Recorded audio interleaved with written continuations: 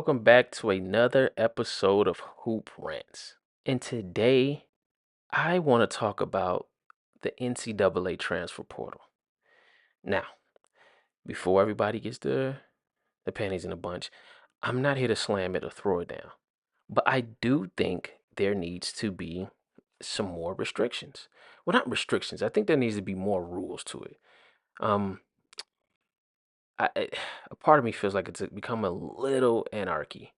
Uh, but let's kind of just review what the transfer portal is, and I'm gonna give you guys my take on I'm gonna give you guys my take on the transfer portal. So the transfer portal is pretty much any player that is at a current school can transfer to any school without any limitations. So this year, a lot of notable names have been going into the transfer portal. Let's start off with one that just broke. Auburn freshman guard Aiden Holloway decided to transfer. That's very interesting. I actually don't. I'm kind of surprised at it. Some names I'm not surprised that are transferring, like Duke's Mark Mitchell. He's transferring from Duke. But I can understand why he's transferring. It's a loaded class coming in, and he probably wasn't getting enough playing time this year. That's actually pretty understandable. Um, Let me see. There's a lot of them that I'm definitely understanding why they're transferring or decommitting or you know. But the transfer portal to me is a very interesting thing. It does take a lot of power away from coaches and schools now, where you might have a kid for that one season, you don't have them locked in for 3 or 4. And a lot of them aren't, risking their eligibility to try to get into the draft. Or now in a NILs are making it easier for kids to make more money instead of actually hiding that they're making money on the side, which I think kids should have been able to make money from the very beginning, especially back in the 80s and 70s or whatever it was. You should have been able to make money from the beginning. So I'm not even disputing that. But what I am concerned about is that every time a kid doesn't like something or like a situation that they initially picked, they're easily willing to transfer. Case in point, Sky Clark. This is the one situation that I'm just like, all right, man, I think there needs to be a limit. So initially, Sky Clark committed to University of Kentucky, then decommitted after he seen, I guess, some of the recruits that were coming in with him. I don't think he liked the situation, so he decommitted and then committed to the University of Illinois. Then, midway through the season at the University of Illinois, he decides, I don't like the situation anymore. I'm going to transfer midway. So I think he ended up sitting out that second half of the year, and then he committed to I think the University of Louisville. He plays there. Now, this time, him transferring makes sense. Kenny Payne, the coach of the Louisville Cardinals, um, he got fired. So a lot of kids started transferring out because they came to that school to play for him. So now Sky has just committed to UCLA, which I actually think is a good fit for him. So I'm not actually going to hate on that. I just think that still should be some limits. You have dudes who are probably on their fourth or fifth school or third or fourth. Like, yeah, I think you should, and this is what I would think. I'm not saying anybody should agree with it or even consider how I feel about it. But what I think you should take in point, I mean, into not point, into consideration is how can a team build chemistry if you aren't around for 2 or 3 years? It's going to be very difficult. It's like putting together a super team. Everybody wants to be on that stacked team because, hey, that stacked team has a greater chance to win a title. But there's too many mouths to feed. So, say for instance, the recruiting class comes in with about 5 or 6 5 stars. All of them can't play. Do you have seniors on your team or juniors on the team that already know the basic concepts or understand the schemes? Somebody's not going to be happy.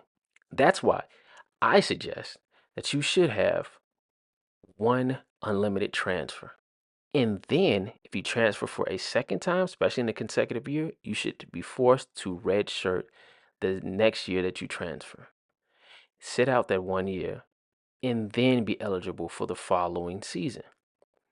That way, everybody isn't just transferring all willy-nilly, but you give people an opportunity to build chemistry with whatever team you're trying to build with. And I get it. Most college players want to go for those blue blood schools, the Kentuckys, the North Carolinas, the Dukes, the Kansas, the UCLA's or whatever, or Oregon's, or people want to go play for those. Kids want to play for those schools. Those schools are the big name schools. I'm saying find look look at the schools that are that interested in you. Find a school that fits for you and then go from there. Maybe you might not get it right the first time, you know, but keep pushing forward.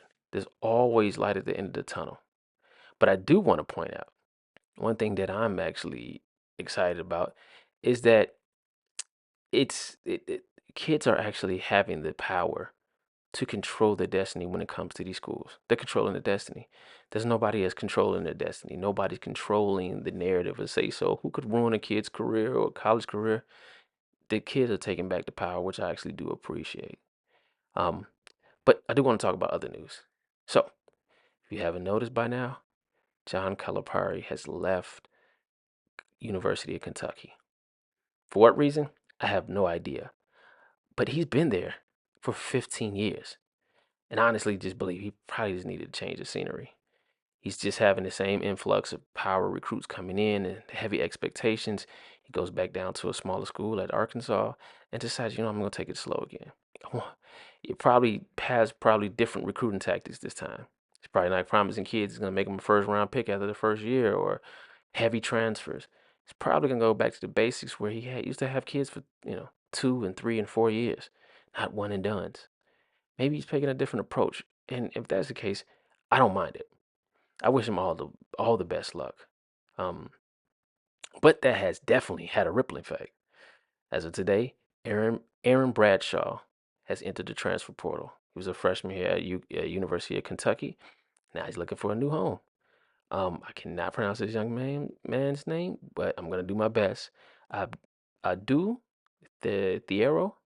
He's also entered the transfer portal. You've gotten players like Carter Knox, who has decommitted from the University of Kentucky and is now opened up his recruiting because of this news. So it's to me it's a ripple effect.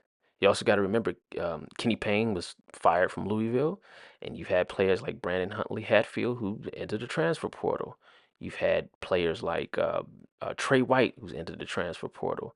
You got an influx of a lot of people leaving those those programs um, because the coaches left. That's understandable. I'm not even mad at that.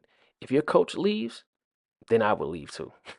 I came to play for this coach, and I don't want to play for the next coach that comes here. This coach doesn't understands me. That makes sense. But I do. Part of me feels like it's Wild Wild West, and maybe that's just the organizational part of me. I kind of understand why players are leaving or doing this. That they just want to make the best choice for themselves in their career. That to me, I'm not even mad at that.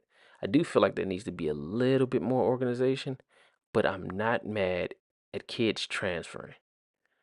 I do want some kids to stick it out, but if the situation doesn't fit you anymore, then I do think you need to find a situation that does fit you. I'm not necessarily mad at these kids are transferring. Don't get me wrong. I don't like that you can just transfer willy nilly. Give me a reason. Your coach left. Great reason. Um, the program, you're not getting any playing time at all. That makes sense.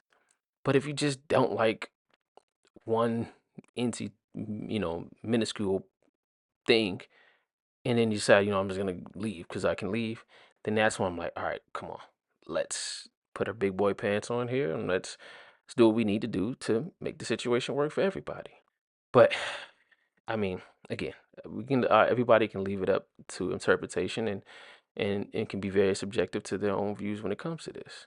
But for me, it is what it is. I love that the students are having power over their own collegiate careers, and I'm not gonna hate on that. But That's enough for today's episode. Don't forget to like, share, and subscribe, and comment down below if you just just want to say anything. I always read the comments. I love that you guys interact with me. And until next time, take care.